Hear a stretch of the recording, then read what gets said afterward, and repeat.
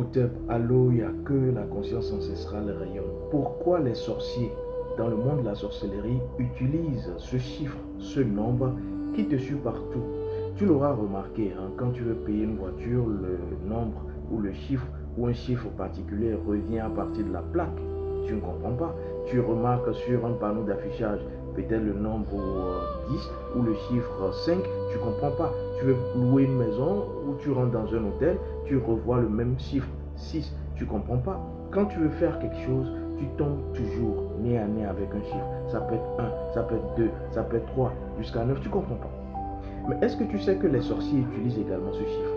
Mais est-ce que tu sais qu'il y a une signification lorsque tu rencontres le même chiffre plusieurs fois? Est-ce que tu sais que c'est un message que la nature te donne? Dans le monde du Vodoufa, il faut toujours savoir décoder les signes. Et quand tu retombes sur le même chiffre plusieurs fois, cela voudra dire qu'il faut aller comprendre ce qu'il y a derrière. Et pourquoi est-ce que les sorciers l'utilisent? Les sorciers utilisent ce chiffre qui se répète dans ta vie, simplement parce que ce chiffre est en lien avec ton nombre de vie. Et donc pour te tuer, pour créer des problèmes dans ta vie, pour créer, je dirais, toutes les difficultés dans ton existence, les sorciers vont utiliser ce nombre ou ce chiffre qui te suit partout. C'est pour cela que c'est un trésor que tu dois découvrir. Alors, maintenant que je t'ai expliqué pourquoi est-ce que les sorciers vont utiliser ce chiffre ou ce nombre qui te suit partout, je vais maintenant te dire à quoi cela renvoie et comment toi tu peux l'utiliser. Lorsque c'est le chiffre 7 qui revient à chaque fois, ou par exemple le chiffre 8, tu le rencontres à chaque fois, cela voudra dire que ce chiffre-là est en lien avec ton nombre de vie ou ton chiffre de vie. Donc, le nombre de vie est en réalité un nombre qui n'a rien à voir avec ta date de naissance. Il faut que je le précise. Le nombre de vie n'a rien à voir avec ta date de naissance. J'entends beaucoup dire, il faut calculer, il faut avoir une somme globale et à la fin, on ajoute et on a le nombre de vie ou la mission de vie. Ce n'est pas comme cela dans notre tradition africaine.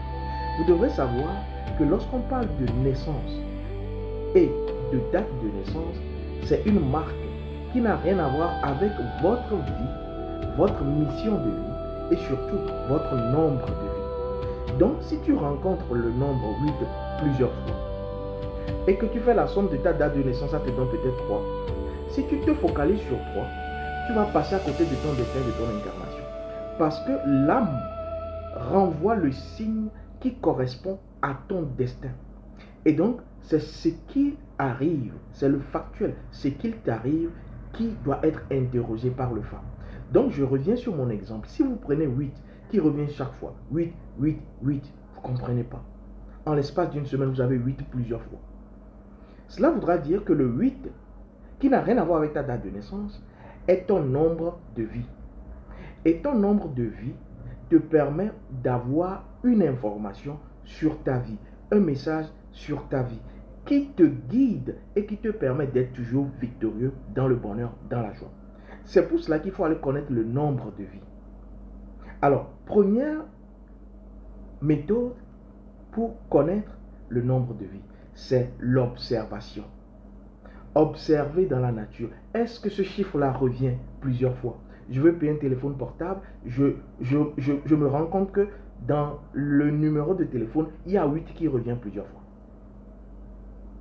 Je veux payer, je dirais, à une personne, je me rends compte que la somme qu'elle me demande, il y a 8 qui revient, ou c'est 8000 par exemple.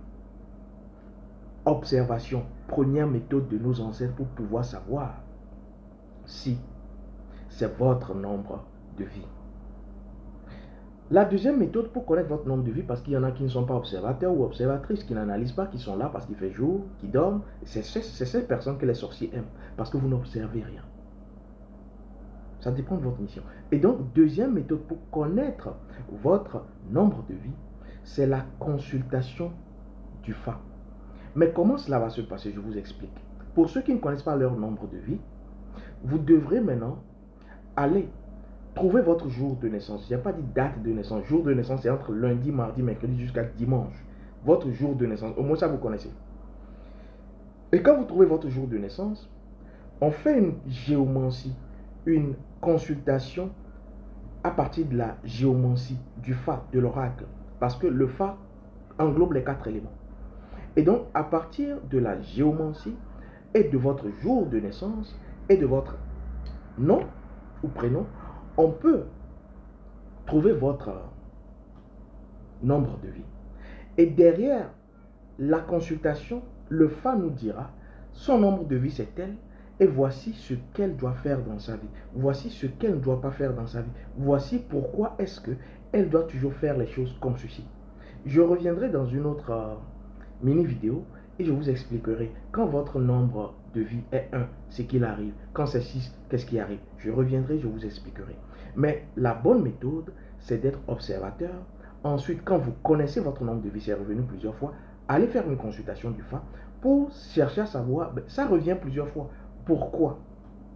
Parce que c'est en lien également avec les heures jumelles. Vous regardez 8h08, ça ne vous dit rien. 6h06, ça ne vous dit rien. 0h00, ça ne vous dit rien. Faites très attention. Je reviendrai et je vous expliquerai pourquoi est-ce que lorsque vous avez 1 qui revient, 6 qui revient, ce que ça veut dire et qu'est-ce que vous devrez en faire. Mais ce qui est très important, c'est de découvrir son nombre de vie. Parce qu'à partir de votre nombre de vie, maintenant quand vous faites tout dans la vie, vous le faites à partir de ce nombre. Parce que c'est à partir de ce nombre que le canal du bonheur, de la paix, de l'équilibre entre votre âme, votre corps et votre esprit se crée. C'est l'autre secret. À partir de votre nombre de vie, il y a l'équilibre entre votre corps, la matière, tout ce que vous allez obtenir ici, votre âme qui est l'intermédiaire et l'esprit qui est l'instance suprême. J'espère que vous avez compris quelque chose et ne laissez pas les sorciers découvrir votre nombre de vie. Parce que eux également font des recherches. Et quand ils connaissent là, ils vont vous mener la vie dure. Si tu as la répétition de ces nombres-là, ça peut être également l'œuvre des sorciers. Découvre ton nombre de vie. Au départ.